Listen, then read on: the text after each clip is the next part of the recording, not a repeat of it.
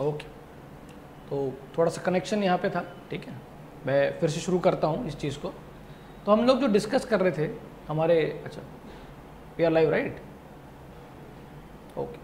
तो हम लोग डिस्कस कर रहे थे कि बहुत सारे लोग ऐसा कहते हैं कि लोग आपको कहेंगे कि आपका नॉलेज मेंस में चेक हो गया, बहुत से लोग कहेंगे कि आपका नॉलेज जो है वो प्री में चेक हो गया, अब आपके इंटरव्यू में वो आपका नॉलेज नहीं चेक कर रहे।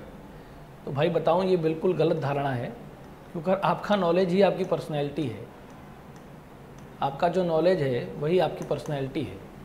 पर एक इम्पॉर्टेंट चीज़ आपको यहाँ पर ये याद रखनी है कि आपको हर प्रकार के ज्ञान की आवश्यकता नहीं है। ऐसा नहीं है कि जब मैं ऐसा बोल रहा हूँ कि नॉलेज ही पर्सनैलिटी है तो आप हर प्रकार के नॉलेज के ऊपर फोकस करना चालू कर दें और आप जो है वो प्री जो प्रकार के फैक्चुअल डेटा वगैरह जानकारी रखते हैं वो आपको रखनी है। पर ये बिल्कुल याद रखें कि नॉलेज होना आवश्यक है, बिना नॉलेज की आपकी पर्सनैलिटी नहीं दिखती। अब कल को बहुत बेसिक बातें अगर आपसे पूछ ली जाएँ कि फार्मर्स का क्या इशू चल रहा है, वुमेंस की क्या प्रॉब्लम है, चाइल्ड रिलेटेड कोई इशू आपसे पूछ लिया जाए, आप खुद पुलिस विभाग में आना चाहते हैं तो इंटरनल सिक्योरिटी के जो मामले हैं वो बहुत इंपॉर्टेंट है हमारे देश के लिए। तो अगर ऐसे इंपॉर्टेंट टॉपिक्स पे आपसे क्वेश्चन पूछ लिया जाए और वहाँ पर आप आंसर दें कि आई डोंट नो, तो आप बताएं कि आप जो हैं अपनी जो है वो मजाक बना देंगे अपना। तो वहाँ पर कोई लोग अगर आपको ये कहें कि नॉलेज इंपॉर्टेंट नहीं है, तो लेट मी टेल यू, उनको ठीक से अनुभव नहीं है चीज़ों का। आपकी नॉलेज ही आपकी पर्सनैलिटी का एक प्रतिबिंब है। तो बहुत इंपॉर्टेंट है कि आपके पास ज्ञान होना आवश्यक है। पर जैसे कि मैं बता रहा था कि हर प्रकार के ज्ञान की आवश्यकता नहीं होती है आपके इंटरव्यू में। अगर कोई मुझे कहे कि 3 चरण हुए हैं आपकी परीक्षा में, जहाँ पे आप पहले प्राथमिक कसौटी, फिर मुख्य परीक्षा और उसके बाद आप अंत में इंटरव्यू में आए हैं, तो देखो प्रीलिम में बहुत ज़्यादा ज्ञान की आवश्यकता होती है। वहाँ पे छोटी छोटी बातें जो होती है वो भी आपके प्रश्न में आए, इसकी संभावना रहती है। एक्चुअली सब स्टेज में से सबसे टफ स्टेज जो होता है वो प्राथमिक परीक्षा होती है। उसके बाद मुख्य परीक्षाओं में क्वेश्चन पूछने का दायरा बहुत सीमित हो जाता है, वो कुछ भी नहीं पूछ सकते आपसे। ताजमहल किसने बनवाया, ऐसा प्रश्न कभी भी आपको मुख्य परीक्षा के अंदर नहीं मिलेगा। हाँ, ताजमहल के अंदर कौन सी कल्चरल एस्पेक्ट, कौन से आर्टिस्टिक कल्चर है वो आपसे ज़रूर पूछ सकते हैं, जहाँ पर एटलीस्ट कुछ लिखा जा सके। तो आपको पता चल जाता है कि कुछ प्रश्नों को मुख्य परीक्षाओं में तैयार करते समय आप एलिमिनेट कर सकते हैं। और जो इंटरव्यू होता है वहाँ पे बहुत ही खास प्रकार के नॉलेज की आवश्यकता रहती है। और आप आपके इंटरव्यू को भी जिन टॉपिक्स को यहाँ पर मैं लिखवा के जा रहा हूँ आपको, उन टॉपिक के ऊपर ही आप ध्यान देंगे। और जो टॉपिक मैं यहाँ पे लिखवा रहा हूँ उनके साथ मैं आपके साथ उन टॉपिक्स के ऊपर विभिन्न लेक्चर्स के अंदर आपके साथ चर्चा भी करूँगा, ताकि आपको पता चले कि किन टॉपिक्स पे क्या प्रश्न आ सकते हैं और उनको उत्तर कैसे देना है। तो सबसे पहले तो आप अपने बारे में जानें, ठीक है ना, नो योर सेल्फ। अगर आप आपके बारे में ही नहीं जानते, अभी एक उदाहरण दूँ तो आप समझेंगे। एक परीक्षा में एक व्यक्ति थे, वो गए एक इंटरव्यू देने, ये जीपीएससी की ही बात बता रहा हूँ मैं। तो बीकॉम थे, वो बैचलर्स ऑफ कॉमर्स किए हुए थे। तो उनसे क्वेश्चन ये पूछा गया कि आपने कौन से कॉलेज से कॉमर्स किया, तो उन्होंने कहा एसएमपिक से किया है, अहमदाबाद में बहुत फेमस कॉलेज है। फिर उनसे पूछ लिया कि बताइए कि एसएमपिक का फुल फॉर्म क्या है, और उस व्यक्ति को एसएमपिक का फुल फॉर्म ही नहीं पता था। अब आप समझिए कि जहाँ आपने 3 साल अभ्यास किया है, आपको यही नहीं पता कि वो एसएमपिक का फुल फॉर्म क्या है, तो आप जो पढ़कर आए हैं उसका क्या मतलब, क्या फ़ायदा है। यानी आप आपकी परिस्थितियों से ही वाकिफ़ नहीं हैं। आप अधिकारी कब बनेंगे, जब आपकी आसपास की घटनाओं के ऊपर आपका पूरा का पूरा ऑब्जर्वेशन है कि हो क्या रहा है और किस तरह से अगर कोई घटना अचानक से बनती है तो उसको मैं हैंडल कर सकूं। यही तो अधिकारी का सबसे पहला कर्तव्य है। और अगर आप मान लीजिए कि आप अपने बारे में ही नहीं जानते, आप जिस एरिया से आ रहे हैं उसके बारे में आपको कुछ विशेष ज्ञान नहीं है, आप अपने ही बारे में, आपके खुद की स्ट्रीम के बारे में, मान लीजिए कुछ लोग फार्मेसी से होंगे, कुछ लोग कॉमर्स से होंगे, कुछ लोग हो सकते हैं कि बायोलॉजी वगैरह के बैकग्राउंड से भी हो, डॉक्टर वगैरह भी हो, तो वहाँ पर भी जो है वो आपके बारे में जो इम्पोर्टेंट बातें हैं वो आपको पता होनी चाहिए।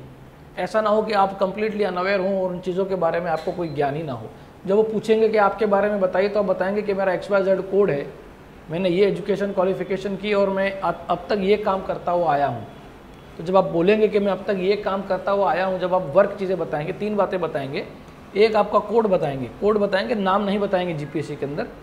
फिर आप आपकी क्वालिफिकेशन बताएंगे कि आपने क्या पढ़ाई की है, और उसके बाद जो आप बताएंगे कि आपके पास अगर कोई वर्क एक्सपीरियंस हो, और हॉबी अगर आप कॉन्फिडेंट है तो ही बतानी है। आपको पता है, अगर आप कॉन्फिडेंट है कि हाँ मेरी हॉबी के संबंधित कोई प्रश्न आ गया तो मैं उसको हैंडल कर लूँगा, उसी केस में ही हॉबी का रिस्क लेना है। हमारे आधे से ऊपर तो लोगों को हॉबी होती ही नहीं, ये सिर्फ इंटरव्यू के लिए ही हॉबी तैयार की जाती है। बहुत से लोगों को हॉबी नहीं होती, वो ज़बरदस्ती कोई हॉबी क्रिएट करते हैं। कुछ लोग तो ऐसी हॉबी क्रिएट करते हैं कि जो पता हो कि जिसमें प्रश्न आना पॉसिबल ही ना हो, तो पूछते हैं किस चीज़ की हॉबी रखते हो, तो बोले पोलो खेलने की। अब भारत में कहाँ पोलो खेलोगे आप, है ना। तो ऐसी उटपटांग हॉबी रखने का कोई मतलब नहीं, सामने वाला भी समझ जाता है कि ये व्यक्ति जो है वो प्रश्न से बचने का प्रयास कर रहा है। उससे अच्छा आप बोल सकते हैं कि मेरे पास कोई हॉबी नहीं है। ऐसी अटपटांग हॉबी बोलो, और हॉबी बोलो कि नहीं है तो नहीं, वो हॉबी नहीं है ऐसा बोलना ज़्यादा बेहतर है, बजाय कि आप कोई उटपटांग हॉबी बोल दो। बच्चों के साथ खेलना, कुछ लोग तो ऐसी हॉबी दे देते हैं कि having spending my time with the children. अब ये कोई हॉबी थोड़ी, तो शौक की बात। ये तो ऐसा है कि आपको पसंद है इस चीज़ को करना, पर ये कोई हॉबी की बात नहीं।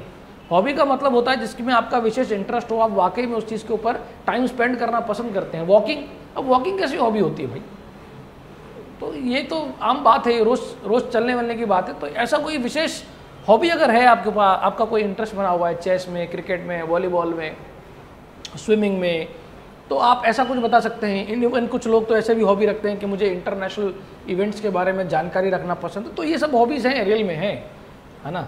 तो ये वाली कोई हॉबी नहीं होती जो मैंने आपको बताया। अब जो आपका वर्क एक्सपीरियंस है, देखिए आपके वर्क एक्सपीरियंस से आपको बहुत अच्छा नॉलेज होना चाहिए, क्योंकि ये बताता है कि आप कितने कर्तव्यनिष्ठ थे, आप कितनी ईमानदारी से काम करते थे, आप जहाँ पे थे वहाँ से। अब आप कहें कि मैं बैंक में था, अब आपसे यही क्वेश्चन पूछ लिया जाएगा, था बताओ कि बैंक में क्या परेशानियाँ चल रही, या बैंक की परेशानियों को कैसे दूर कर सकते हैं। हालांकि संपूर्ण ज्ञान तो आपके पास नहीं होगा, पर एटलीस्ट आप ठीक ठाक लॉजिकल बात कर सकें, उतना ज्ञान आपके पास जरूर होना चाहिए, है ना। तो ये बहुत इंपॉर्टेंट बात है कि आप आपके वर्क एक्सपीरियंस से रिलेटेड सारी जानकारी जो है जुटा लें। आप अगर कोई बैंक ऑफ बड़ौदा में हैं मान लीजिए, तो पूरा ज्ञान होना चाहिए। अगर आप डिप्टी मामलतदार हैं तो वो पूरा का पूरा लैंड रेवेन्यू कोड पूरा नहीं पता, एटलीस्ट उसकी बेसिक फिलॉसफी जो है वो जरूर पता होनी चाहिए कि मामला चल क्या रहा है। अब जैसे कि लैंड एक्विजिशन बिल 2013 कुछ इंपॉर्टेंट अमेंडमेंट्स आए, तो उन सब चीज़ों के बारे में भी आपको ज्ञान होना चाहिए। जो अब डिजिटल इंडिया जब आ रहा है तो क्या लैंड रिलेटेड बातें जो है उसके साथ समावेश हो रहा है, तो उस पर भी आपको ज्ञान होना चाहिए। मान लीजिए आप पुलिस में ही हैं, फॉर एग्जाम्पल, मान लीजिए पुलिस में आप PSI हैं या उससे नीचे लेवल पे आप काम कर रहे हैं, अब आप PI के लिए जो है वो एस्पिरेशन रखते हैं, तो बिल्कुल आप फिर पुलिस डिपार्टमेंट रिलेटेड आपके पास संपूर्ण ज्ञान होना चाहिए कि क्या काम करते हैं आप, जो काम करते हैं ना। पुलिस डिपार्टमेंट के अंदर भी साइबर सेल है, फिर इकोनॉमिक ऑफेंस है, और इस तरह के अलग अलग विंग्स होते हैं कर रहे हैं, उस रिलेटेड आपके पास कंप्लीट जानकारी होनी चाहिए। अगर वो नहीं है तो अभी भी आपके पास इनफ टाइम है कि आप कहीं पर कुछ इंपॉर्टेंट चीज़ों को पकड़ लें और आप उसको जो है तैयार कर लें आपके नोट्स में, और आप उसको अच्छे से प्रिपेयर करें। और न सिर्फ प्रिपेयर करें, आप अपने आप से अपने मित्रों को पूछें कि अगर ये चीज़ मैं आपके सामने लेकर बैठा होता और मैं आपसे ये पूछा होता कि आप इस चीज़ पे मुझे क्या पूछ सकते हैं, तो आप उस पर उत्तर दें। और अगर आपको आपका ही उत्तर संतोषकारी नहीं लग रहा तो समझिए कि सामने वाले को कैसे लगेगा, है ना। तो पहले तो आप खुद संतोष करें कि हाँ ये वाला जो उत्तर है मेरा सही है, ठीक। फिर ऑफकोर्स क्वालिफिकेशन जो भी आपकी होगी उसके रिलेटेड आपको जानकारी होनी चाहिए। पर देखो फिर क्वालिफिकेशन अगर आप BSc केमिस्ट्री है तो वो लोग आपसे फिर ये कॉस्टिक सोडा का, बेकिंग सोडा का फॉर्मूला नहीं पूछेंगे आपसे, है ना। वो आपसे बिल्कुल केमिस्ट्री में भी बिल्कुल बेसिक बातें पूछते हैं कि प्याज कटने पे रोना क्यों आता है, ये भी केमिस्ट्री, तो ये आपको पता होना चाहिए। फिजिक्स है तो आपको एरोडायनेमिक्स ये पता होना चाहिए कि प्लेन हवा में कैसे ब्रेक लगाता है, या फिर बूमरैंग के क्या सिद्धांत है, बिल्कुल बेसिक बातें ये आपको पता होनी चाहिए। इसका मतलब ये नहीं कि फिजिक्स पूछा तो फिर आप आइंस्टाइन लेवल का दिमाग रखते हो, वो पॉसिबल भी नहीं है, और उस हद तक का ज्ञान आपके लिए आवश्यक भी नहीं, क्योंकि आप पुलिस डिपार्टमेंट में जा रहे हैं। ये सब बातें सिर्फ इतना बताती हैं कि आप ही के काम जो आप कर रहे थे या आप जिन चीज़ों से अब तक जुड़े हुए रहे हैं उनके साथ आप ईमानदार रहे कि नहीं। इस चीज़ों से कोई वास्तविकता, इतना कुछ नॉलेज से लेना देना, आपकी प्रोफाइल से लेना देना नहीं। पहला नॉलेज आपको ये होना चाहिए, एकदम कंप्लीट पता होना चाहिए इन चीज़ों के बारे में। फिर दूसरा, आप जिस डिपार्टमेंट में जा रहे हैं, पहली बात तो आपसे ये पूछा जाएगा कि क्यों जा रहे हैं, वाई, आप इस डिपार्टमेंट में जाना क्यों चाहते हैं। अब देखिए यहाँ पर कोई भी संतोषकारक उत्तर नहीं होता है। पहले तो एक चीज़ आपने मन में बना लें। बहुत लोग ऐसा सोचते हैं कि मुझे कोई ऐसा उत्तर बता दो जहाँ पर मैं अगर ऐसा बोल दूँ कि मैं इस डिपार्टमेंट में इस चीज़ के लिए आना चाहता हूँ और सामने वाले को संतोष हो जाए, तो ऐसा पॉसिबल नहीं है। कभी भी इस पर संतोषकारक जवाब बनाया ही नहीं जा सकता। पर ऑफकोर्स कुछ बातों को बोलने से अवॉइड ज़रूर किया जा सकता है। अब जैसे कि बहुत सारे लोग कहेंगे जॉब सिक्योरिटी के लिए आना चाहता हूँ, बहुत से लोग कहेंगे आपको कि यंग है और कहेगा कि मैं जॉब सिक्योरिटी, तो देखिए जॉब सिक्योरिटी जैसा वाहियात उत्तर यहाँ पे नहीं दिया जाना चाहिए। आप यंग हैं और अगर आप जैसा यंग व्यक्ति अगर सिक्योरिटी ढूंढेगा तो कैसे चलेगा, है ना। हालांकि जाना सब जॉब सिक्योरिटी के लिए ही चाहते हैं, ऐसा नहीं कहूँगा कि कोई व्यक्ति जॉब सिक्योरिटी के लिए नहीं जाना चाहता है, सबको जॉब सिक्योरिटी चाहिए, पर ये ओपन सीक्रेट है ये बात खुली हुई है पर सब इसको गोपनीय रखना चाहते हैं। तो इन चीज़ों को कभी आप डिस्कस ना करें कि मुझे जॉब सिक्योरिटी वगैरह के लिए आना चाहिए, नहीं, ऐसी बातें आप नहीं करेंगे, बिल्कुल नहीं करेंगे, अवॉइड करेंगे। इसके अलावा कुछ लोग कहेंगे पावर के लिए आना चाहता हूँ। अरे भाई, पावर और क्या होता है? पावर बहुत सब्जेक्टिव चीज़ है, तो ऐसे शब्दों का भी उपयोग नहीं करेंगे कि पावर के लिए आना चाहता हूँ। समाज के सर्विंग के लिए, महिलाओं की सुरक्षा के लिए मुझे थोड़ा सा ऐसा है कि मैं उस क्षेत्र में काम कर सकता हूँ, या फिर नए प्रकार के जो क्राइम्स आ रहे हैं उसको मैं देखता हूँ तो मुझे थोड़ा सा एक्साइटमेंट फील होता है, मुझे मेरी लाइफ में एडवेंचर पसंद है, मुझे मोनोटोनस जॉब पसंद नहीं, मुझे हर दिन नया चाहिए, पुलिस के ज़्यादा चैलेंजेस मुझे कहीं मिलेंगे नहीं। ऐसे सारे उत्तर आप जरूर दे सकते हैं, क्योंकि वो एक बताता है कि आपका माइंडसेट क्या है। आपका जॉब, अगर आप सिक्योरिटी वाला जॉब, पावर वाला जॉब चाहते हैं तो आपका माइंडसेट गलत प्रतिबिंब दे रहा है। वो ये बता रहा है कि आपका जो रिफ्लेक्शन है माइंड का, या तो आप टू मच सिक्योर्ड हैं, सिक्योर्ड माइंडसेट वाले हैं, या फिर आप जो है गलत चीज़ को गलत जगह ढूंढ रहे हैं, है ना। पावर वगैरह जो है वो पॉलिटिक्स वगैरह के क्षेत्रों में कहा जाए तो ठीक है, पर ऐसी बातें आप यहाँ पर नहीं कहेंगे। डिपार्टमेंट में आने के लिए आप ऐसे ऐसे उत्तर नहीं देंगे कभी भी आपके लाइफ में। ये गलत छाप छोड़ता है आपके इंटरव्यूअर के माइंड में, है ना। तो इस चीज़ को जो होगा वो आप अवॉइड करें, इस चीज़ को आप ना बोलें। दूसरा कि डिपार्टमेंट के बारे में आप संपूर्ण जानकारी ले लें, जो भी सामान्य है ना। जब मैं कह रहा हूँ सामान्य, इसका मतलब है अब आपसे वो सीआरपीसी वगैरह के सेक्शन नहीं पूछेंगे अगर आप उस डिपार्टमेंट में नहीं हैं तो, ठीक है ना। अगर आप मान लें कि उस डिपार्टमेंट में ही हैं तो हो सकता है कि वो आपसे क्वेश्चन पूछ लें कि बताओ कि ये वाला सेक्शन वगैरह जो है। और आप मान लीजिए आपका इनसे कोई लेना देना ही नहीं, आप कंप्लीटली दूसरी जगह से आ रहे हैं, है ना। आप मान लीजिए कि आप बैंक में काम करते हैं तो वहाँ पे कोई सेक्शन पूछ लेंगे सीआरपीसी वगैरह का, तो इंटरव्यूअर जो है वो गलत प्रश्न गलत व्यक्ति से पूछ रहा है। तो यहाँ पर डिपार्टमेंट का नॉलेज जो है उस चीज़ को आपके ऊपर थोड़ा सा फोकस करना है, और वो भी सामान्य, डिपार्टमेंट के बारे में सामान्य ज्ञान रखना है, इस चीज़ को याद रखना है आपको। जैसे कि आपसे ये पूछ लेंगे कि बताइए कि ऐसा क्वेश्चन आ गया कि बताओ कि कॉग्निजेबल ऑफेंस और नॉन कॉग्निजेबल ऑफेंस के बीच में डिफरेंस बताइए, कंपाउंडेबल और नॉन कंपाउंडेबल के बीच में डिफरेंस बताइए। तो ये सामान्य बातें है ना। तो ये सामान्य बातें जो हैं, इन चीज़ों को ऊपर आपको थोड़ा सा फोकस करना है, और उन बातों को जो करंट अफेयर वगैरह में आ रही हैं, अगर करंट में कोई डिपार्टमेंट रिलेटेड कोई नॉलेज चल रहा है या बातें चल रही, तो उन चीज़ों को आप ज़रूर आपके तैयारी में डाल दें। तो ये दो बातें जो हैं आपको ज़रूर पता होनी चाहिए, क्योंकि ऐसा एक्सपेक्ट करता है इंटरव्यूअर कि अगर आप इन डिपार्टमेंट को ज्वाइन करना चाहते हैं तो एटलीस्ट डिपार्टमेंट के बारे में ज्ञान हो, और आपकी जो दृष्टि है, आपका जो विजन है वो क्लियर होना चाहिए कि क्यों आप इस डिपार्टमेंट में आना चाहते हैं। तो कुछ बातों को अवॉइड करना है, कुछ बातों को आपको ध्यान पे लेना है।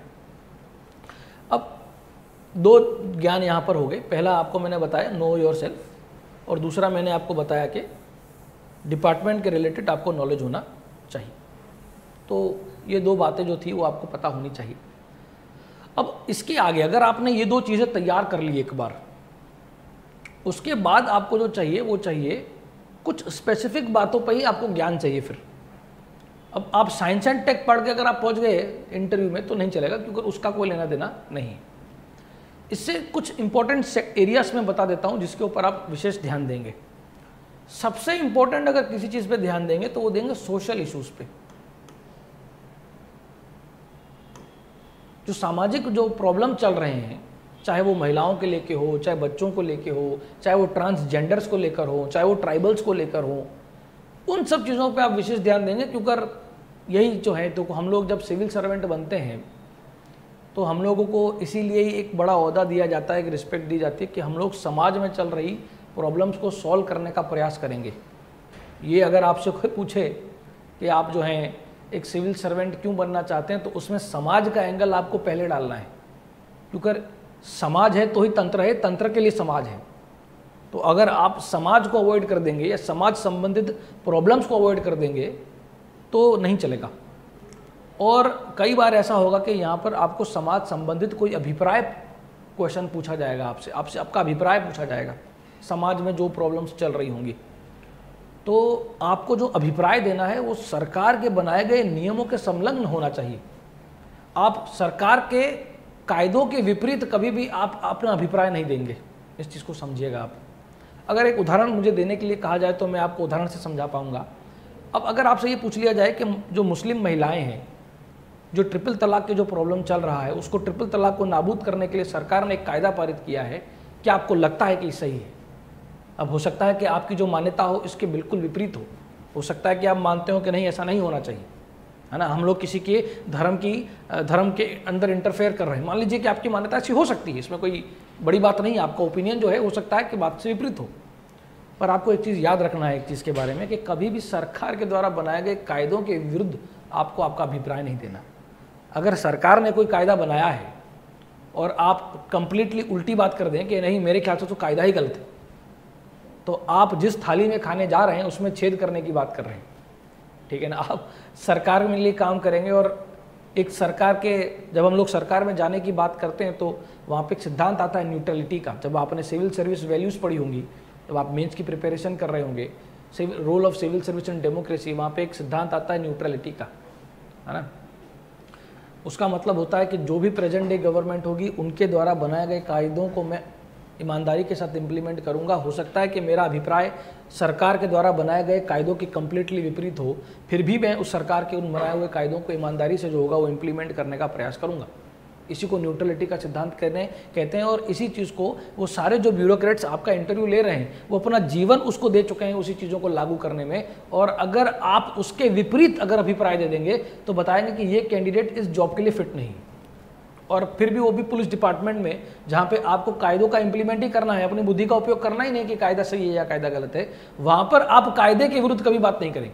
और सबसे इंपॉर्टेंट, कभी कॉन्स्टिट्यूशन के विरुद्ध तो कभी कोई बात कहेंगे ही नहीं। आपको लगता है कि कोई चीज़ में मैं कंफ्यूज हूँ, इसका कहाँ जवाब देना है, तो वो बंधारण में एक बार सोच लीजिए कि बंधारण में अगर कोई मामला है या बंधारण का कोई अनुच्छेद मुझे इस चीज़ में सपोर्ट करता है, तो आप उसका उपयोग करके बीच का रास्ता निकाल लें। जैसे फॉर एग्जांपल यही जो मैं डिस्कस कर रहा था, महिलाओं को ट्रिपल तलाक से मुक्ति दी गई मुस्लिम महिलाओं को, तो ये क्या सही है या गलत है। तो यहाँ पर आपको बोलना है कि आर्टिकल 44 जो यूनिफॉर्म सिविल कोड की बात कर रहा है, ये हम लोग उसके नज़दीक ले जा रहे हैं, तो वहाँ पे तो सामने वाले के ऊपर डिस्कशन ही खत्म हो जाएगा, क्योंकि उससे ज़्यादा वो कोई आपके साथ डिस्कशन करेगा ही नहीं, है ना। तो ये चीज़ को जो है आपको ध्यान पे रखना है। तो सोशल इश्यूज़ बहुत इंपॉर्टेंट है। मैं इन सब जो भी इश्यूज़ करंट में चल रहे हैं, मैं ट्राई करूँगा कि आपके साथ वो सारे इश्यूज़ डिस्कस करूँ, और उस पर आपका क्या अभिप्राय होना चाहिए उसके ऊपर भी जो होगा मैं आपको बताऊँगा कि ये वाली चीज़ों पर आपको ध्यान रखना है आपका अभिप्राय देने के लिए। तो इस चीज़ों को आप ध्यान रहेंगे। सेकेंड, पॉलिटी वाले जो मामले हैं, उस पॉलिटी के अंदर भी सारी पॉलिटी नहीं, अगर कोई नया लॉ वगैरह बना है तो उन चीज़ों पे आप थोड़ा विशेष ध्यान देंगे। पार्लियामेंट रिलेटेड कोई घटना है तो उस पर आप ध्यान देंगे। तो इन सब चीज़ों को आप पॉलिटी में एक विशेष जो होगा वो इम्पोर्टेंस रखा जाता है, क्योंकि जनरली होता ही है कि जब ब्यूरोक्रेट्स तैयारी कर रहे होते हैं, जब अब तो उनकी एज हो गई होती है जब वो इंटरव्यू लेने पहुँचते हैं, पर पता नहीं क्यों हर व्यक्ति का पॉलिटी एक फेवरेट सब्जेक्ट रहता ही है। और ये व्यक्ति जो होता है वो हमेशा न्यूज़पेपर वगैरह में बंधारण रिलेटेड कोई चीज़ें आती रहती है, तो पॉलिटी के ऊपर एक विशेष ध्यान देता है। तो ये एक इम्पॉर्टेंट टॉपिक है जिसके बारे में आपको ज्ञान होना चाहिए।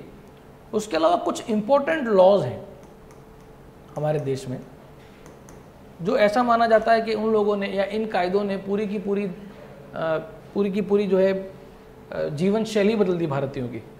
तो उनके बारे में आपको विशेष ज्ञान होना चाहिए। जैसे फॉर एग्जांपल RTI जो है एक बहुत इंपॉर्टेंट एक्ट है, ये इसको काफ़ी साल हो गए, 2005 में आया था, 15 साल 2020 में इसने पूरे किए। तो ये पूछ सकते हैं कि आपकी बताइए कि RTI के लिए आप क्या विचार करते हैं, क्या ये सक्सेसफुल रहा, अनसक्सेसफुल रहा। तो ऐसा एक एक्ट रिलेटेड क्वेश्चन जो होता है उसके आने की संभावना ज़्यादा होती है। फिर RTE खास करके अब के टाइम पे जहाँ पे नेशनल एजुकेशन पॉलिसी 2020 आई है, तो वो भी एक इम्पोर्टेंट मामला हो जाता है कि ये RTE और ये सब क्या है, ये एजुकेशन की क्यों हमको रिफॉर्म लाने की ज़रूरत पड़ी। तो इन सब चीज़ों की। फिर राइट टू फूड एजुकेशन जो है, राइट टू फूड जो है, हाँ, ये सब जो इम्पोर्टेंट चीज़ें हैं जिनके बारे में आपको विशेष नॉलेज होना चाहिए। अन्य भी कोई अगर लॉ है जैसे कि IPC CRPC जो कि हमारे डिपार्टमेंट से रिलेटेड है, तो इनके बारे में आपको पूरा ज्ञान होना चाहिए। ये आप लिस्ट तैयार करते जाएं कि इन सब चीज़ों के बारे में आपको पढ़ना है। नहीं, ज़्यादा डीप नहीं पूछते हैं। जो मुझसे क्वेश्चन पूछ रहे हैं मुनाफ जो हैं, वो मुझसे पूछ रहे हैं कि अगर ज़्यादा डीप क्वेश्चन चलेंगे, नहीं पूछते हैं ज़्यादा डीप, आप निश्चिंत होकर चले जाएँ।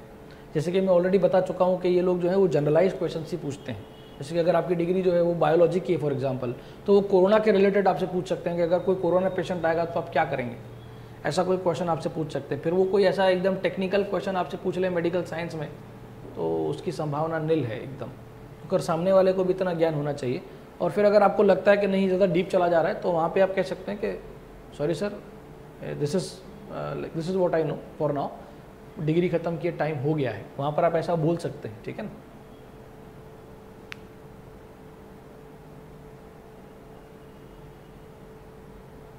चलिए आगे देख लेते हैं।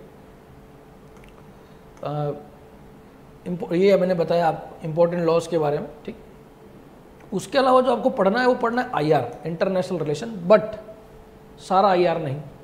इसका मतलब ये नहीं है कि आप जो हैं पूरा का पूरा रशिया, चाइना, अमेरिका सब पढ़ डालें। यहाँ पर आपको क्या पढ़ना है मैं आपको बता दूँ। यहाँ पर आपको स्पेसिफिकली इंडिया और उसके रिलेटेड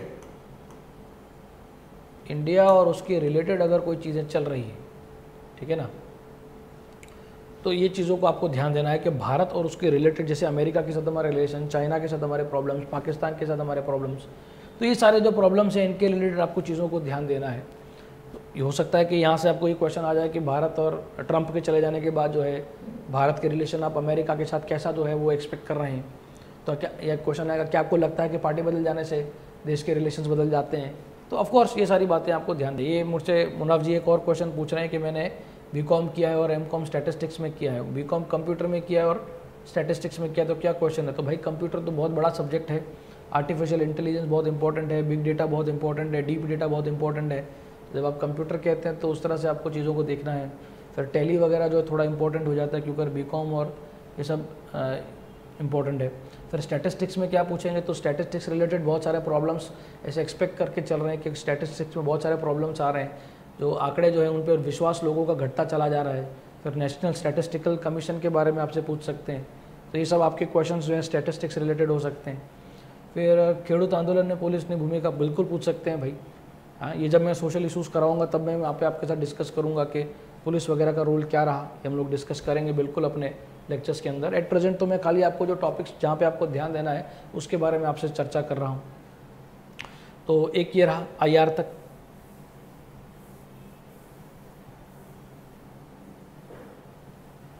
ठीक, एक तो मैंने बताया आपको सोशल इश्यूज, पॉलिटी, IR और इकोनॉमी, ये थोड़ा सा इम्पोर्टेंट है।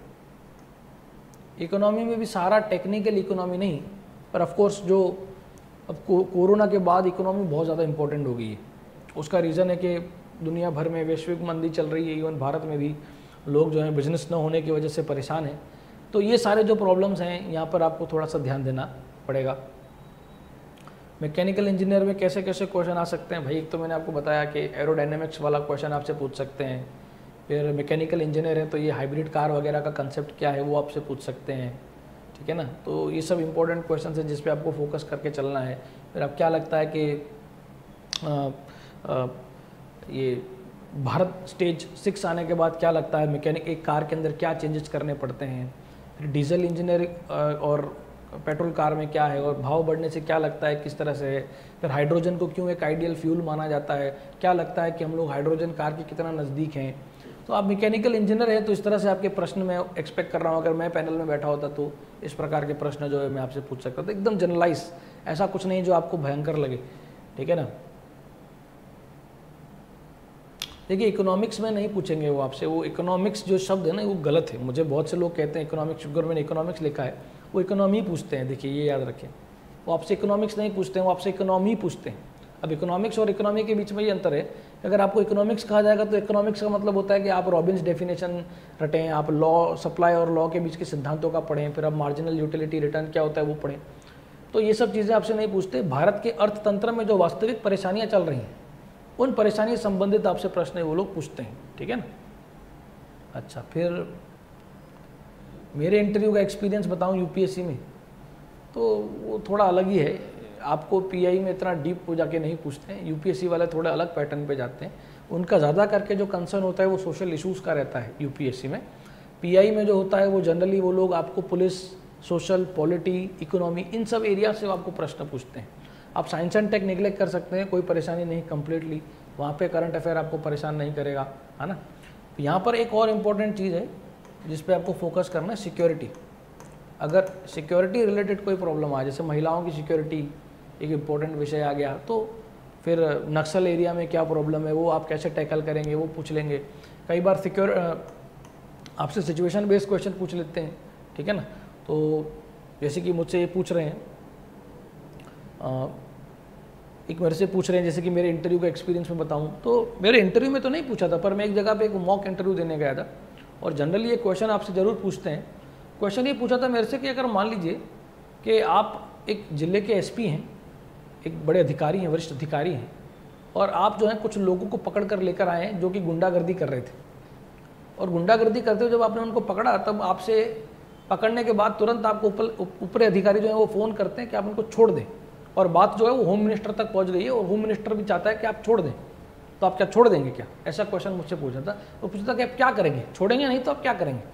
ये क्वेश्चन मेरे को उन्होंने पूछा था। तो मैंने क्या किया, मैंने उनको कहा कि सर जैसे ही मैं पकड़ के आऊँगा तो सबसे पहले तो उनके नाम पे FIR लिख दूंगा, और FIR लिखूंगा, और उसके बाद मुझे कोई भी फ़ोन करेगा तो मैं तो यही कहूँगा कि मैंने FIR लिख दी है, अब ये चीज़ डॉक्यूमेंट पे आ गई, अब मैं छोड़ नहीं सकता। तो मेरे से उन्होंने क्वेश्चन पूछा कि फिर अगर वो ये कहता है कि FIR फाड़ दो या FIR निकाल दो तो आप FIR निकाल देंगे? तो मैंने कहा कि सर FIR लिखने के पावर मेरे पास है या FIR लिखना है ऐसा डायरेक्शन देने का पावर मेरे पास है? FIR को फाड़ने का या FIR को रद्द करने का पावर जो है वो रिस्पेक्टिव हाईकोर्ट के पास होती है।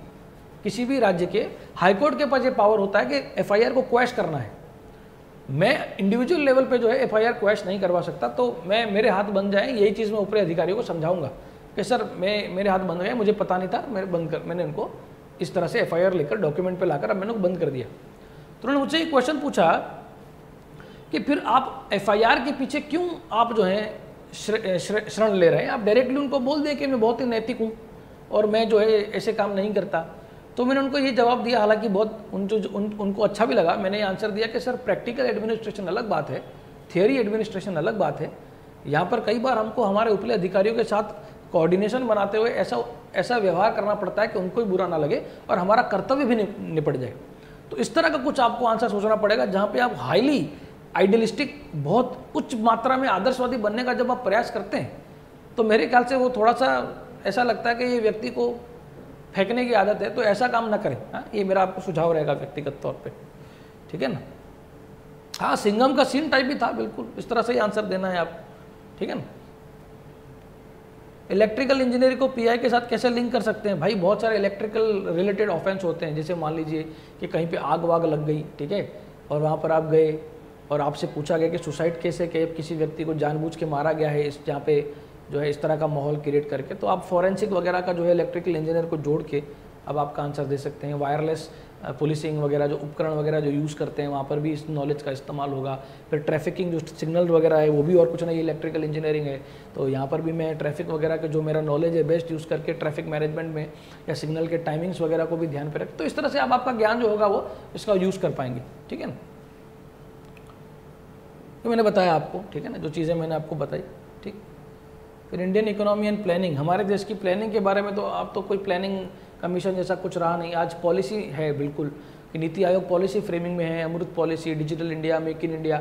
अब नीति आयोग पॉलिसी बनाता है, प्लान नहीं बनाता। प्लानिंग कमीशन बनाता था, अब वो प्लान कमीशन खत्म कर दिया है। तो आज का जो काम है वो नीति आयोग का मेन पॉलिसी फ्रेमवर्क का है, ठीक है ना। अकाउंटेंसी अगर आपने किया तो अकाउंटेंसी रिलेटेड क्वेश्चन कैसे पूछेंगे? देखो मैं अगर होता बोर्ड में तो मैं आपसे कोई जर्नल एंट्री वगैरह तो पूछता नहीं। अब मैं आपसे एक बहुत बेसिक क्वेश्चन ये पूछ सकता था अगर आप मेरे सामने बैठे होते, तो डेबिट और क्रेडिट में DR और CR क्या होता है? तो यहाँ पर बहुत बेसिक क्वेश्चन में भी लोग फंस जाते हैं कि DR और CR जो है, debit is written as DR and credit is written as CR, why? तो ऐसे बहुत बेसिक क्वेश्चन ही पूछते हैं, वो आपसे कोई जर्नल एंट्री वगैरह नहीं पूछते। फिर कभी कभी पूछते हैं कि कैपिटल और रेवेन्यू शब्दों के बीच में अंतर बताइए, क्योंकि आप खुद एक BCom से ही पास आउट हैं। फिर कॉमर्स और बिजनेस के बीच में क्या अंतर है ये समझाइए, क्योंकि आप बैचलर ऑफ कॉमर्स से हैं।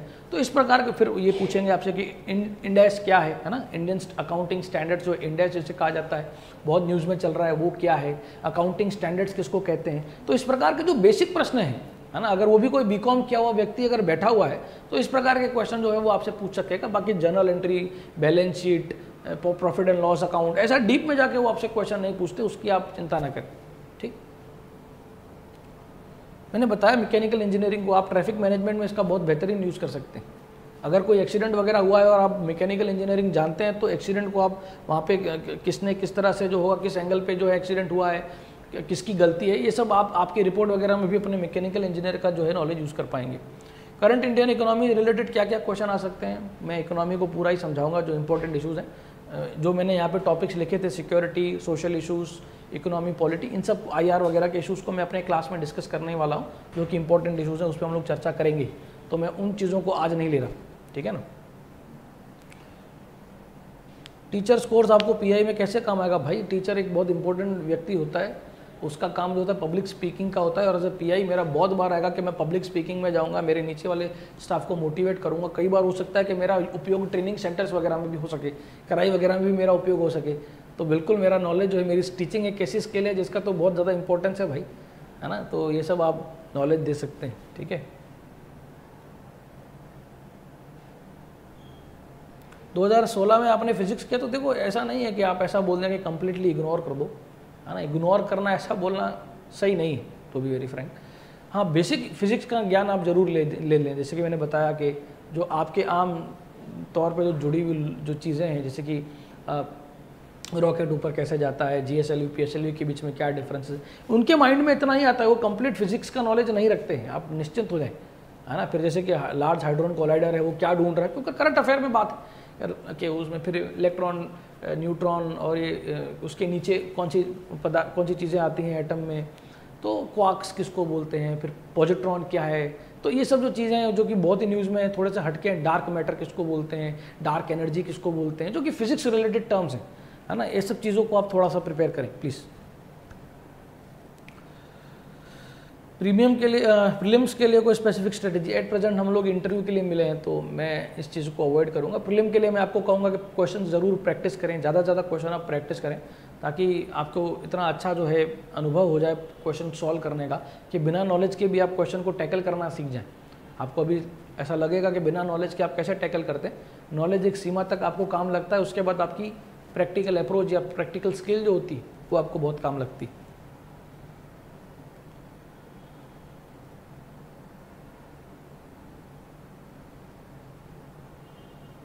बिल्कुल बोलना चाहिए। 2016 के बाद वो पूछेंगे आप 2016 के बाद क्या करते थे, तो ज़रूर कुछ ना कुछ ज़रूर बताइए कि मैं ये करता था। ऐसा मत बताइए कि मैं कंप्लीटली प्रिपरेशन ही कर रहा हूँ और कुछ नहीं कर रहा था। आप बोल सकते थे कि मैं कोई प्राइवेट जॉब कर रहा था और उसके साथ साथ प्रिपरेशन भी कर रहा था, तो फिर वो पूछेंगे कि प्राइवेट जॉब में क्या करते थे, तो ऐसी कोई चीज़ बताएं प्राइवेट जॉब में जिसके बारे में आपको नॉलेज हो और उस चीज़ को आप जस्टिफाई भी कर पाएँ। अभी आप मान लो घर पे भी बैठे थे, आपके फादर जो काम करते हैं उसके साथ थोड़ा सा जोड़ लें कि मेरे फादर के इस काम में मैं थोड़ा सा था और मैं अपनी तैयारी भी करता था, और अपने फादर से बात कर लें कि आप क्या करते हैं, तो उस रिलेटेड थोड़ा सा ज्ञान आप लेकर चलें। ऐसा ना करें कि कम्प्लीटली आपको अता पता ही ना हो, तो कम्प्लीटली ब्लैंक होके मत जाइएगा, ठीक है ना। और अगर 3-4 साल 2-3 साल हुए तो कोई प्रॉब्लम नहीं आता जनरली। अगर गैप बड़ा है आपकी ग्रेजुएशन और आपके इंटरव्यू तक पहुंचने, मान लो 6-7 साल का गैप है, तो फिर आपको बोलना ही पड़ेगा मैं कुछ ना कुछ करता था।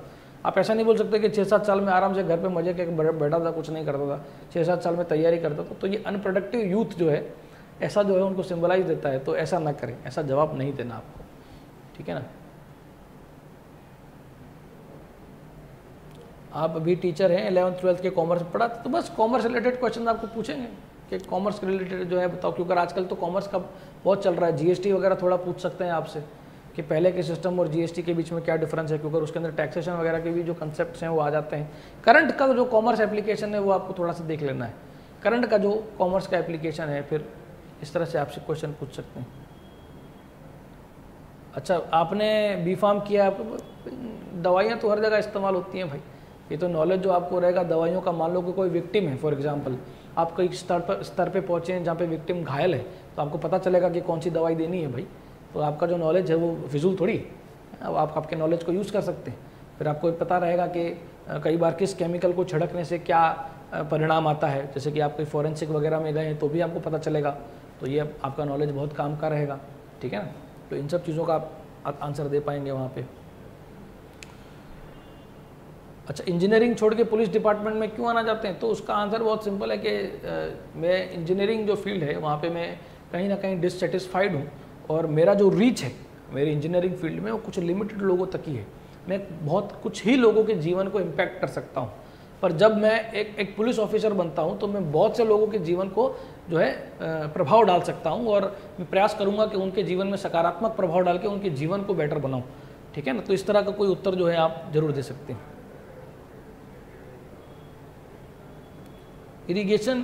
इरिगेशन संबंधित क्या क्वेश्चन आएंगे, ठीक है ना।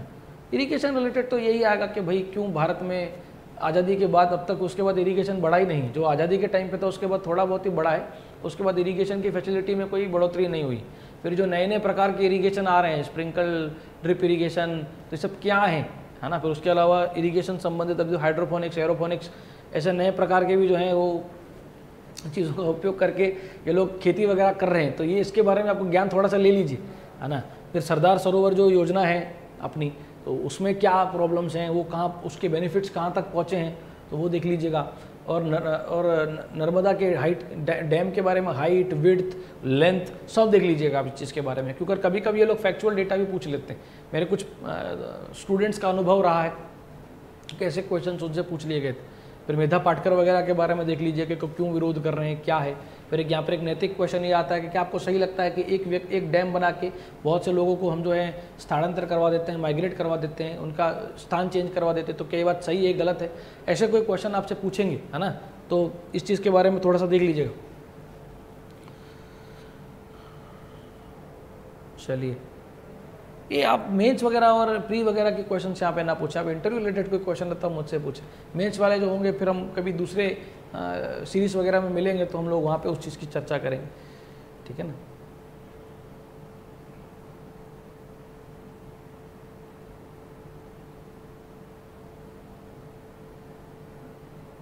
बिल्कुल आप राइट ट्रैक पे हैं। 12th के बाद मैंने खुद ने 12th के बाद शुरू किया था, फिर भी मुझे 12 साल लगे फिर यूपीएससी के ड्रीम को चेज करते करते। तो you are whenever you are starting, you are the right track, no issue, you are on the right path. Hope आपको सक्सेस जल्दी मिल जाए।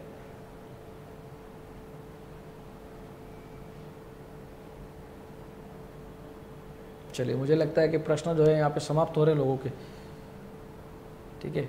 चलिए, मैं कुछ आपको बातें बता देता हूँ इंटरव्यू रिलेटेड। आपके जो क्वेश्चंस हैं अगर आपके मन में आ रहे हैं तो आप डेफिनेटली जो है यहाँ पे पोस्ट कर सकते हैं। मैं कोशिश करूँगा कि इंडिविजुअल फील्ड पर से जो भी क्वेश्चंस मुझसे पूछे जा रहे हैं मैं आपको एक आइडिया दे सकूँ एक कि किस प्रकार से क्वेश्चन जो होंगे आपसे पूछे जाएंगे, ठीक है ना। तो एक इंपॉर्टेंट बात जो मैंने आपको बताई कि आप लॉ और कॉन्स्टिट्यूशन के विरुद्ध कभी कोई बात नहीं करेंगे, कभी नहीं करेंगे। आपको लगता है कि लॉ गलत है फिर भी आप कहेंगे लॉ सही है, सिवाय कि बिल्कुल अपरेंट हो, कि बिल्कुल दिखता ही हो कि लॉ गलत है। उस केस में जैसे कि 377 गलत है, सुप्रीम कोर्ट ने कहा है, तो उस केस में आप कह सकते हैं कि हाँ गलत है, ठीक है ना, क्योंकि राइट्स जो है वो धीरे धीरे बढ़ते चले जा रहे हैं। तो सिर्फ उस केस में आप कहेंगे, बाकी आप किसी भी केस में नहीं कहेंगे कि लॉ गलत है, क्योंकि लॉ गलत है मीन्स आपका काम इंप्लीमेंट करना है, गलत चीज़ को इंप्लीमेंट करेंगे क्या, तो इस चीज़ को आप थोड़ा ध्यान दीजिएगा, ठीक है ना। अब इंपॉर्टेंट चीज़ आपसे पूछा जाएगा कि अगर आपसे कोई पॉलिटिकल पार्टी रिलेटेड कोई क्वेश्चन आ गया फॉर एग्जांपल, या किसी एक पार्टी को फेवर करना पड़ रहा है, तो वहाँ पर आप कभी किसी पार्टी का नाम, कभी भी किसी भी पॉलिटिकल पार्टी का नाम कभी इंटरव्यू में नहीं लेंगे। इस चीज़ को आप आपके माइंड में बिठा दें, वो कोई भी पॉलिटिकल पार्टी हो। सिविल सर्वेंट से एक्सपेक्ट किया जाता है कि वो हमेशा न्यूट्रल बर्तन करेंगे, उनका बर्ताव न्यूट्रल होना चाहिए। तो उस केस में अगर आप किसी एक पर्टिकुलर पार्टी की तरफ थोड़ा सा झुकाव दिखाते हैं, चाहे फिर वो प्रेजेंट रूलिंग डे गवर्नमेंट में ही क्यों ना हो, तो वो एक अच्छा संकेत नहीं जाता। हालांकि जो पैनल में बैठे हो सकता है कि उनका अभिप्राय और आपका अभिप्राय जो हो वो एक जैसा हो, ऐसा पॉसिबल है, पर फिर भी ऐसी उम्मीद की जाती है कि इंटरव्यू में आने वाला कैंडिडेट कभी भी किसी पार्टी के रिलेटेड कोई बात नहीं कहेगा कभी। तो आप कभी भी किसी पॉलिटिकल पार्टी, पॉलिटिकल आइडियोलॉजी, ऐसे सब शब्दों से बचेंगे। आपको कैसे भी इस प्रश्नों को अवॉइड करना है, ठीक है ना। फिर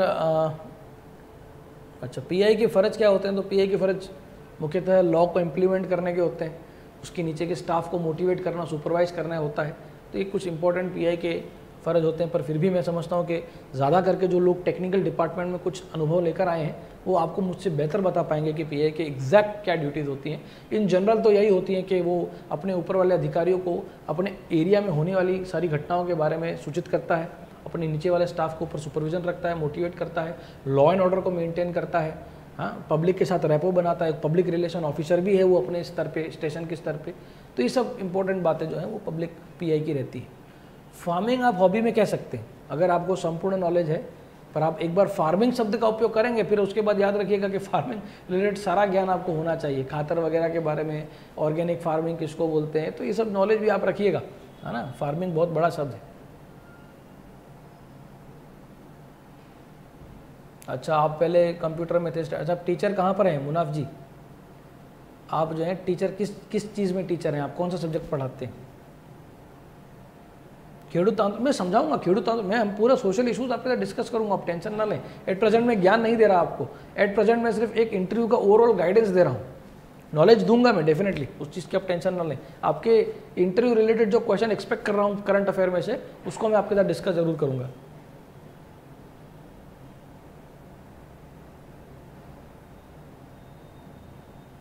नहीं नहीं, कोई इंटरव्यू सर्टिफिकेट वगैरह नहीं मांगते भाई दीपेंद्र सिंह जी, ऐसा कुछ नहीं मांगते।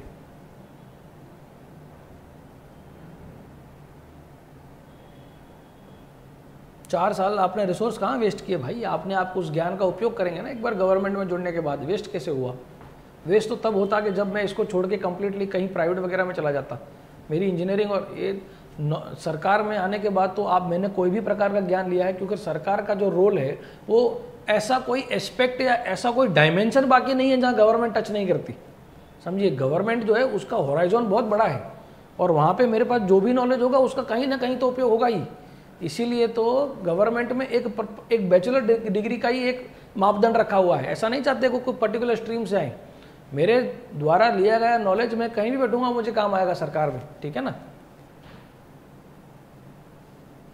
2 बार यूपीएससी पूछेंगे आप फेल क्यों हो रहे हैं, और आप आपके फेलियर को कैसे इवेल्युएट करते हैं, और आने वाले अगर आपको अटेम्प्ट दिया जाए तो आप किस तरह उसको सुधारेंगे, तो ये आपसे पूछ सकते हैं, ठीक है ना। प्राइवेट स्कूल में क्या सब्जेक्ट पढ़ाते हैं मुनाफ जी? अच्छा, ऑयल एंड गैस इंडस्ट्री में अगर आप काम करते हैं तो आपसे क्या क्वेश्चन पूछें? बढ़ते हुए तेल की कीमतों के बारे में आपसे पूछ सकते हैं। फिर क्या ये जीएसटी के अंदर है कि नहीं, ये आपसे पूछ सकते हैं। फिर privatisation oil and gas industry का ये सही निर्णय है या गलत निर्णय है, ऐसे क्वेश्चन आपसे पूछ सकते हैं। इंटरनेशनल स्तर पे ऑयल और गैस के भाव कैसे नक्की होते हैं, ऐसे क्वेश्चन आपसे पूछ सकते हैं। गुजरात में ऑयल एंड गैस इंडस्ट्री कहाँ है, वो बढ़ रही है घट रही है, ऐसे क्वेश्चन आपसे पूछ सकते हैं, ठीक है ना। तो ये सारे क्वेश्चन जो होंगे आपसे पूछेंगे। हाँ बस ठीक है, इकोनॉमिक्स बिजनेस रिलेटेड आप नॉलेज ले लीजिए मुनाफ जी, ठीक है ना। अगर आप इतना नॉलेज ले लेते हैं तो मुझे नहीं लगता कि आपको कोई दूसरा कोई विशेष ज्ञान जो है उसकी आवश्यकता पड़ेगी। हाँ तो बस ठीक है।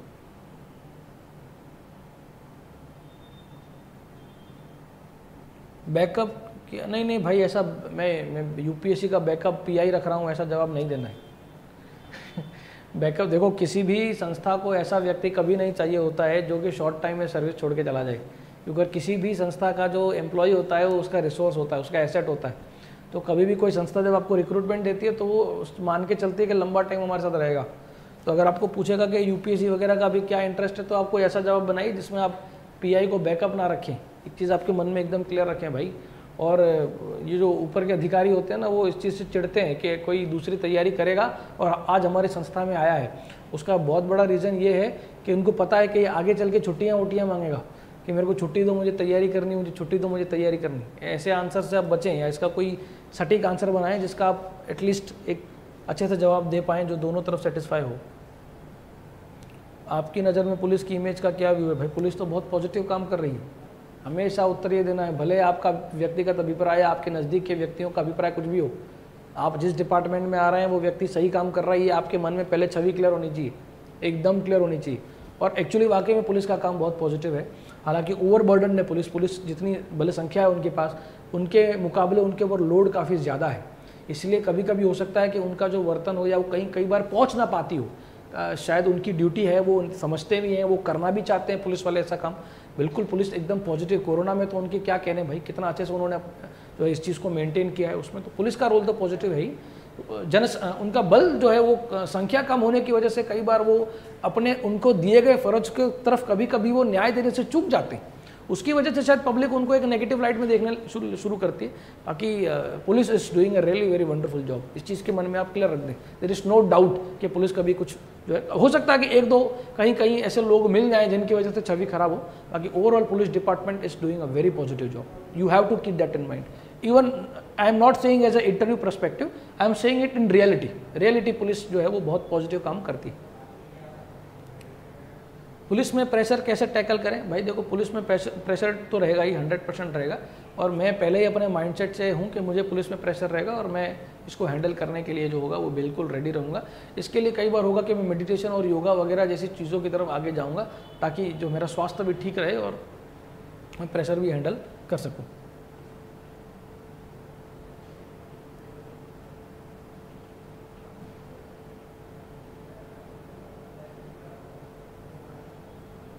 साइकोलॉजी भाई, क्रिमिनल साइकोलॉजी तो बहुत बड़ा विषय है, इसको थोड़ा सा पढ़ के जाइएगा। जब आप साइकोलॉजी कहेंगे तो आपसे वो क्रिमिनल साइकोलॉजी भी ले जाएंगे कि क्रिमिनल साइकोलॉजी के बारे में क्या जानते हैं। तो साइकोलॉजी सुनते ही मुझे क्रिमिनल साइकोलॉजी याद आती है, तो उसको थोड़ा सा अच्छे से पढ़िएगा, है ना। तो ये फिर साइकोलॉजी जानते हैं तो अब स्ट्रेस, डिप्रेशन, ये क्यों मामले बढ़ रहे हैं आजकल। सुशांत सिंह का केस भी आपके सामने है ना। He is consider to be he has committed a suicide because of depression. तो ऑफकोर्स फिर उस रिलेटेड जो होगा वो ये सब थोड़ा सा आपको देखना पड़ेगा। आपका पुलिस कांस्टेबल में जॉब चालू है तो इसमें क्या गलत है भाई। आप तरक्की के लिए आ रहे हैं, आप एक हायर लेवल ग्रेड के ऑफिसर के लिए जाना चाहते हैं, तो आप ये तो जस्टिफाई नहीं है भाई। मैं आज जिस पोजीशन पे हूँगा और मुझे बेटर पोजीशन पे जाने का मौका मिलेगा तो उसका ये तो मेरा फंडामेंटल राइट है कि मैं इसके लिए तैयारी करके अपने आप को एक अच्छी जगह पे पहुँचा सकता हूँ। तो इसमें कुछ गलत नहीं है, आप राइट आप दे पाएंगे। मेडिटेशन हॉबी बना सकते हैं, बिल्कुल बनाते हैं लोग भाई मेडिटेशन हॉबी। पर फिर जब आप मेडिटेशन हॉबी करेंगे ना तो फिर अल्फा, बीटा, गामा ये सब क्या लेवल से थोड़ा सा पढ़ लेना। फिर ऐसा नहीं कि आप घर पे सब शास्त्र वाला मेडिटेशन करते हैं और आपको उसके बारे में कुछ पता ही नहीं है ना। मेडिटेशन के कई सारे प्रकार हैं, तो आपको पूरा सब पढ़ के जाना है कि कितने लेवल होते हैं, फिर के चक्र वगैरह। जो अगर सामने वाला बहुत इंटरेस्टेड है मेरे जैसा और अगर आपके सामने मेडिटेशन रिलेटेड कोई बात निकाल के बैठ गया, ये श्री रविशंकर महाराज जो है ये सुदर्शन क्रिया की बात करते हैं, मेडिटेशन से कैसे अलग है, तो फंस जाओगे, है ना। तो पूरा का पूरा तैयार होके जाइएगा इस चीज़ के बारे में। नहीं यार, कॉम्पिटिटिव एग्जाम वाला एक अच्छी इमेज नहीं देता है ना। मुझसे विष्णु जी पूछ रहे हैं, नहीं तुषांग हैं व्यास, वो मुझसे पूछ रहे हैं कि क्या हम लोग कॉम्पिटिटिव एग्जाम में पढ़ाते हैं, ऐसी कोई बात करनी चाहिए। तो नहीं करनी चाहिए, बिल्कुल कतई नहीं करनी चाहिए, ये गलत छवि देता है आपकी, ठीक है ना। क्योंकि कहीं ना कहीं ये जीपीएससी यूपीएससी वाले कॉम्पिटिटिव एग्जाम्स वालों से थोड़ा सा ऐसा है कि उनकी नहीं बनती। और ऐसा है कि कई बार वो ऐसा भी सोचते हैं कि जो रूरल एरिया में व्यक्ति रहता है उसके पास इस कोचिंग क्लास का लाभ उपलब्ध नहीं है, इसके लिए ये अर्बन और रूरल के बीच में एक डिवाइड क्रिएट करता है। तो इस चीज़ को थोड़ा सा आप अवॉइड कीजिएगा अगर पॉसिबल हो तो। गुजरात में दारूबंदी होनी चाहिए, बिल्कुल होनी चाहिए, हाँ, इस चीज़ में कोई डाउट नहीं, क्योंकि डीपीएसपी भी लिखा है और हमारे राज्य में लॉ एंड ऑर्डर बिल्कुल कंट्रोल में है। उसका एक बहुत बड़ा रीज़न है कि दारूबंदी है। उसके अलावा गांधी जी का जन्म स्थान है, तो गांधी जी के आइडियल्स को हम लोग कैसे भूल के हम लोग उसको पीछे रख सकते हैं। तो 3-4 आप ये जो है ये आप दे सकते हैं, ठीक है ना। ये सुसाइड केस इसीलिए बढ़ रहे हैं, मैंने बताया ना, प्रेशर वगैरह बढ़ रहा है, इतना फोर्स नहीं है हमारे पास, एक व्यक्ति के ऊपर काफ़ी ज़्यादा प्रेशर आ जाता है। तो ये एक ये रीज़न है। इसकी सबसे इंपॉर्टेंट रीज़न अगर आपको मैं बताऊं, जो आप कुछ समझिएगा, अगर आप न्यूज़पेपर वगैरह भी पढ़ रहे हैं तो कभी भी कोई पुलिस ऑफिसर अगर मान लीजिए कि सुसाइड कर रहा है तो ऑफकोर्स उसका एक वर्क लाइफ तो है ही जिसकी वजह से उसके ऊपर प्रेशर है, पर ज़्यादा रीजन्स जो है पर्सनल लाइफ की वजह से ज़्यादा होते हैं।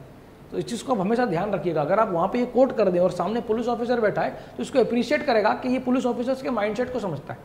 वर्क पे इतना ज़्यादा भार चला जाता है कि पर्सनल लाइफ डिस्टर्ब होने लगती है और ये डबल प्रेशर बनाता है किसी भी अधिकारी के ऊपर, और फिर वो सुसाइड जैसी गंभीर गतिविधि को जो होता है वो अंजाम दे देता है।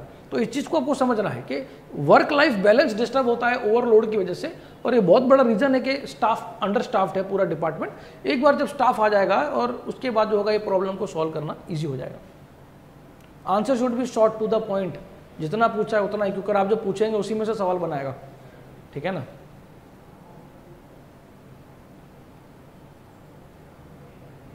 पुलिस डिपार्टमेंट में करप्शन क्यों है भाई? ये तो कैसा है कि ये तो अगर ऐसा क्वेश्चन पूछ लिया है आपसे तो एक बहुत बड़ा रीज़न तो आप ये दे सकते हैं कि जहाँ पर भी पब्लिक इंटरेक्शन होता है और जहाँ पर भी डिस्क्रिशनरी पावर होते हैं, डिस्क्रिशनरी मतलब विवेकाधीन सत्ताएं होती हैं, वहाँ पर करप्शन की जगह सबसे ज़्यादा होती है।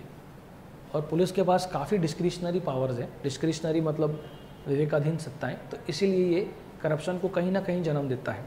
इवन जो 4th ARC है, 4th administrative reform second ARC जो है, अपनी 4th रिपोर्ट में उसने ये बात की है कि डिस्क्रिशनरी पावर्स को आप धीरे धीरे कम करेंगे तो अपने आप जो होगा एडमिनिस्ट्रेशन करप्शन फ्री की तरफ जाएगा। तो वहाँ पर आप ये रिपोर्ट वगैरह को भी साइड कर सकते हैं, ठीक है ना।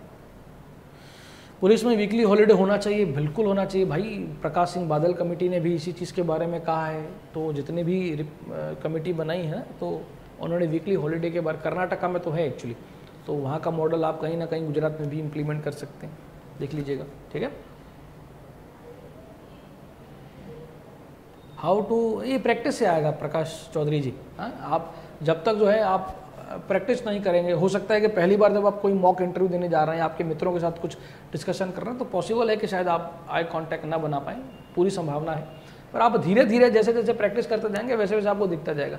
आंसर भले ही एक व्यक्ति पूछ रहा है, पर आपको बाकियों को भी देखना है, निगलेक्ट फील नहीं करवाना उनको, है ना। तो ये थोड़ा सा देख लीजिएगा।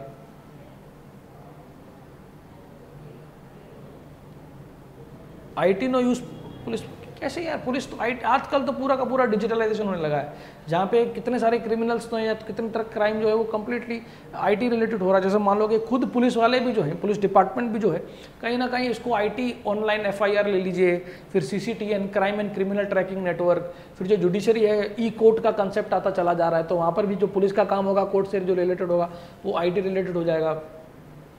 बिल्कुल आप IT का तो उपयोग पुलिस में आप आने वाले समय में ज़्यादा देखेंगे। इवन क्राइम्स को जब व्हाट्सएप वगैरह में जो चैट वगैरह होती है, तो of course this is IT, information technology, ठीक है। तो ये सारे उत्तर आप दे सकते हैं।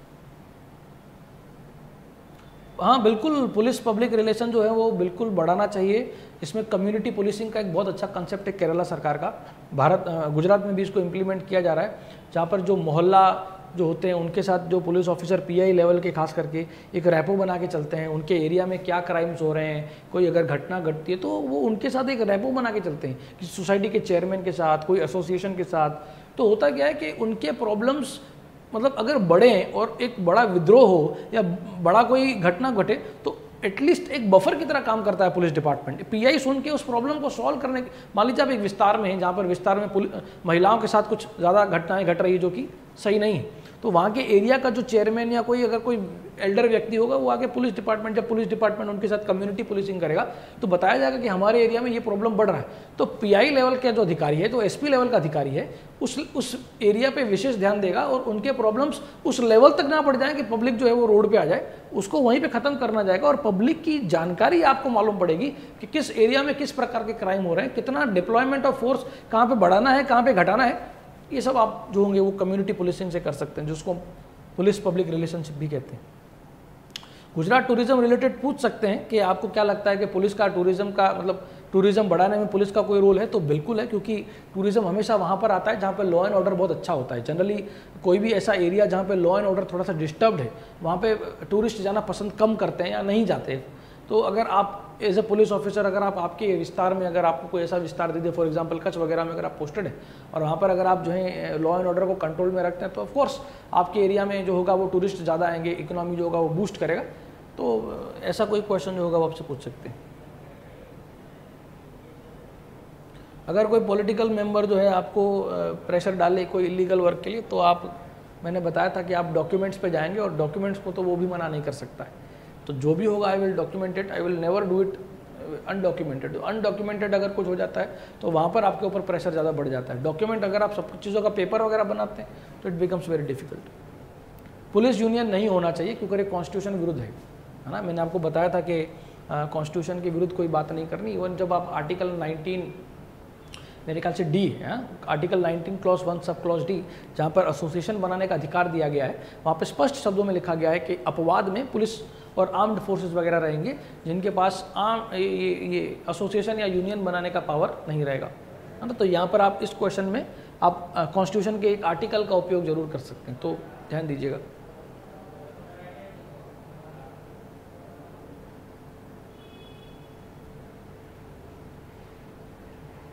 ओके, ठीक है ना। तो मेरे ख्याल से आज के लिए मैं इतना ही रखता हूँ, ठीक है ना। मैंने बताया कि किन एरिया पे फोकस करना है और आपके जो कुछ क्वेश्चंस थे उसके साथ मैंने आपको इंटरेक्ट करके उस क्वेश्चंस का मैंने आंसर देने का भी प्रयास किया है। मेरे कुछ जब आने वाले लेक्चर्स होंगे वहाँ पर जो मैंने सिक्योरिटी, इकोनॉमी, पॉलिटी इन सब जो के बारे में बताया, तो उन रिलेटेड हम लोग कुछ डिस्कशन कर लेंगे कि कौन से एरियाज़ हैं जहाँ से क्वेश्चन एक्सपेक्टेड है और उनको किस तरह टैकल करना है ना, ताकि आपका जो लोड है थोड़ा ओपिनियन बनाने में थोड़ा कम हो जाए। लोग होते हैं कि थोड़ा सा मुश्किल हो जाता है कि किस क्वेश्चन पे या किस इशू पे कैसा ओपिनियन देना है। तो हम लोग इन सब की चर्चा कर लेंगे ताकि आपको पता चले कि करंट अफेयर में कौन से मुद्दे इंपॉर्टेंट हैं और कहाँ से क्या क्वेश्चन पूछेंगे तो किस तरह से उत्तर आपको देना है। तो मैं आज के लिए इतना ही रखता हूँ क्लास। आप सबको आपका दिन शुभ रहे, ठीक। Have a nice time, take care.